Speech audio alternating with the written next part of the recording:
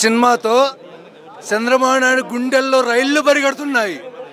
ఈ 101, 175 అనేది 100% కన్ఫర్మ్. చంద్రబాబు నాయుడు ఓడిపోవడం కూడా కన్ఫర్మ్ అనేది జీవించారు. అదేవిధంగా భారతి గారు మిగతా పాత్రలన్నింటినీ కూడా క్యారెక్టర్లన్నింటినీ కూడా మహి రాఘవ గారు జీవం పోశారు ప్రతి క్యారెక్టర్కి. ఎందుకంటే మనం చూసాం, ఎన్నో ఒడిదుడుకులను ఎదుర్కొన్నాడు, ఎన్నో కష్టాలను ఎదుర్కొని ఎన్నో సమస్యల నుంచి పోరాటం చేసి ప్రజల్లో నుంచి పుట్టుకొచ్చినటువంటి నాయకుడు జగన్మోహన్ రెడ్డి గారు. జగన్ అంటే జనం, జనం జగన్ రెండు కలిస్తే జనం ప్రపంచం. ఈ ప్రపంచాన్ని ఎవరు కూడా ఎన్ని కుట్రలు కుంత్రాలు చేసినా కానీ ఆపలేకపోయారు. మనం రాజశేఖర రెడ్డి గారు దివంగత నేత మరణానంతరం మనకు తెలుసు, అప్పుడు ఉన్నటువంటి కేంద్ర ప్రభుత్వంలో ఉన్నటువంటి కాంగ్రెస్ పార్టీ కానీ ఇక్కడ ఉన్నటువంటి చంద్రబాబు నాయుడు గారు తెలుగుదేశం పార్టీ కానీ వీళ్ళందరూ ఎన్నో కుట్రలు కుంత్రాలు చేసి జగన్మోహన్ రెడ్డి గారిని అణదొక్కాలని చెప్పనేసి ఆయన ఇచ్చినటువంటి వాగ్దానాలు ఏదైతే ఉన్నాయో, నేను ఓదార్పు యాత్ర చేస్తాను, రాజశేఖర రెడ్డి గారి కోసం మరణించినటువంటి వాళ్ళ కోసం నేను ప్రతి ఒక్కరి కుటుంబాన్ని కలిసి వాళ్ళకి ఓదార్పు యాత్ర చేస్తాను, పాదయాత్ర చేస్తానంటే ఆనాడు జగన్మోహన్ రెడ్డి గారికి ఎక్కడ ఆదరణ పెరిగిపోతుందో రాజశేఖర రెడ్డి గారిని ఆపలేకపోయాను. మళ్ళీ జగన్మోహన్ రెడ్డి గారు అలాంటి నాయకుడు తయారైతే మన కష్టం అని చెప్పనేసి వీళ్ళందరూ కుట్రలు చేసి జగన్మోహన్ రెడ్డి గారిని అణదొక్కాలని చూశారు. కానీ జగన్మోహన్ రెడ్డి గారు ఇచ్చిన మాట తప్పం మడవ తిప్పం అనేటువంటి జగన్మోహన్ రెడ్డి గారు తన తండ్రి గారి యొక్క ఆశయాలతో తన అడుగుజాడల్లో నడుస్తూ ఇచ్చిన మాట ప్రకారం ప్రజలకి వెళ్ళి ఆయన ఓదార్పు యాత్ర ప్రారంభించారు.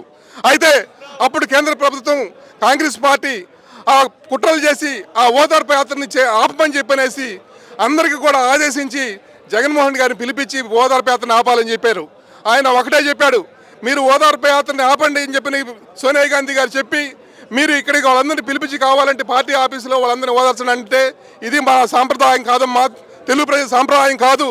ఎవరైతే మన తండ్రి కోసం వాళ్ళు ప్రాణాలు అర్పించారో వాళ్ళ కుటుంబాలను మనం నేరుగా పోయి ఇంటికి పోయి పరామర్శించాలని చెప్పి నేను మాట ఇచ్చాను, నేను ఖచ్చితంగా వెళ్ళి కలవాల్సిందని ఓదార్పు యాత్ర చేయాల్సిందంటే లేదు వెళ్ళడానికి లేదని చెప్పి ఆమె వార్నింగ్ లాగా హెచ్చరిక లాగిస్తే ఆయన అక్కడి నుంచి లేచి బయటకు వచ్చి నేను ఆగేది లేదని చెప్పనేసి వచ్చేసాడు. ఆయన ఇచ్చిన మాట ప్రకారం మాట తప్పం మనం తిప్పనని నైజంతో మళ్ళీ ప్రజల్లోకి ఓదార్పు యాత్రతో మొదలుపెట్టి అంచెలంచెలుగా ఆయన ఓదార్పు యాత్రని ప్రజల గుండెల యొక్క వాళ్ళ ప్రజల గుండెల్లో స్థానాన్ని సంపాదించుకొని ప్రజల మన్ననల్ని ఆదరణని చూరకొని ఆయన ఎందుకంటే మనం చూసాం జగన్మోహన్ రెడ్డి గారు మీరు గెలిచింది కాంగ్రెస్ పార్టీ అండతో గెలిచారు, కాంగ్రెస్ పార్టీ గుర్తుగా గెలిచారని చెప్పారు. అలాంటి నాకు పదవి వద్దని చెప్పనేసి తృణప్రాయంగా రాజీనామా చేసి పదవికి రాజీనామా చేసి మళ్ళీ పోటీ చేసి పులివెందల్లో 5,40,000 పైగా మెజారిటీతో అత్యధిక మెజారిటీతో గెలిచి తన సత్తా ఏందో చూపించాడు. ఆ తర్వాత తనకు ఉన్నటువంటి ఎమ్మెల్యేలందరినీ కూడా బై ఎలక్షన్లో రాజీనామా చేపించి తన ఎంత ఏదైతే నడిచారో వాళ్ళందరి చేత కూడా బై ఎలక్షన్లో రాజీనామా చేపించి మళ్ళీ ఉప ఎన్నికల్లో గెలిచి సత్తా చూపించాడు.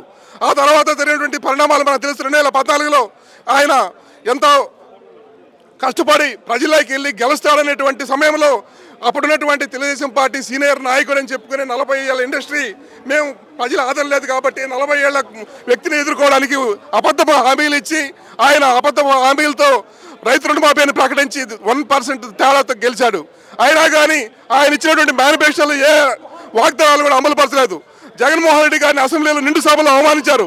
జగన్మోహన్ రెడ్డి గారి సమస్యల మీద పోరాటం చేస్తుంటే దాన్ని అన్ని కూడా అడ్డగించారు.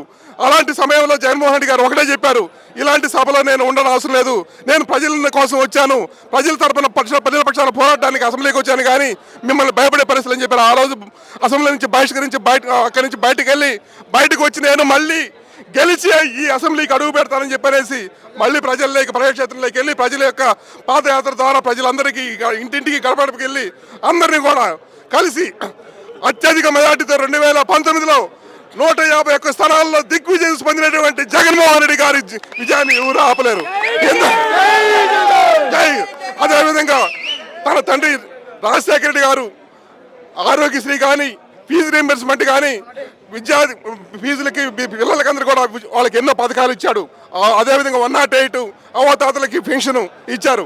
అదేవిధంగా అనేక సంక్షేమ పథకాలు చేశారు. కానీ జగన్మోహన్ రెడ్డి గారు తన తండ్రి ఇచ్చినటువంటి పథకాలనే కాదు ఇంకా కూడా నేను ఇస్తాను అంతకంటే అని చెప్పనేసి ఆయన నవరత్నాలు ప్రవేశపెట్టి నవరత్నాలని ఆయన మేనిఫెస్టోలో పెట్టి అధికారంలోకి వచ్చినాక చెప్పినవి చెప్పనివి ఏదైతే ఉన్నాయో అవతాతలకు 3,000 పెన్షన్ కావచ్చు, విద్యా దీవెన కావచ్చు, అమ్మ ఒడి కావచ్చు, ఇంగ్లీష్ మీడియం స్కూల్స్ కావచ్చు, అదేవిధంగా